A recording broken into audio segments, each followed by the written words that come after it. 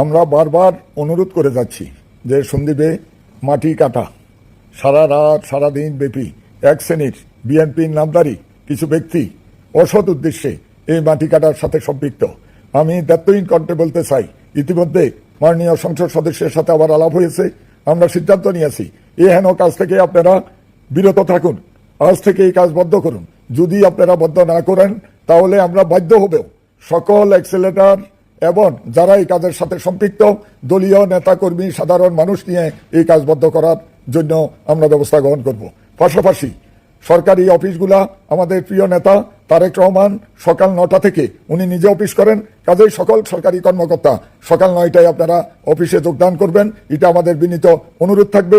আমি একজন নাগরিক হিসাবে গাছু হসপিটাল এবং বিভিন্ন স্বাস্থ্য কেন্দ্রগুলোতে ব্যাপক অনিয়ম, রুগীকে যে মানের খাবার দেওয়ার কথা সেই মানের খাবার দেওয়া হচ্ছে না। গতকালকে সেটা আমরা স্বচক্ষে দেখেছি, আমার কাছে ভিডিও ফুটেজ আছে। কাজেই সন্দ্বীপের মানুষকে আমি সচেতন হওয়ার আহ্বান জানাবো।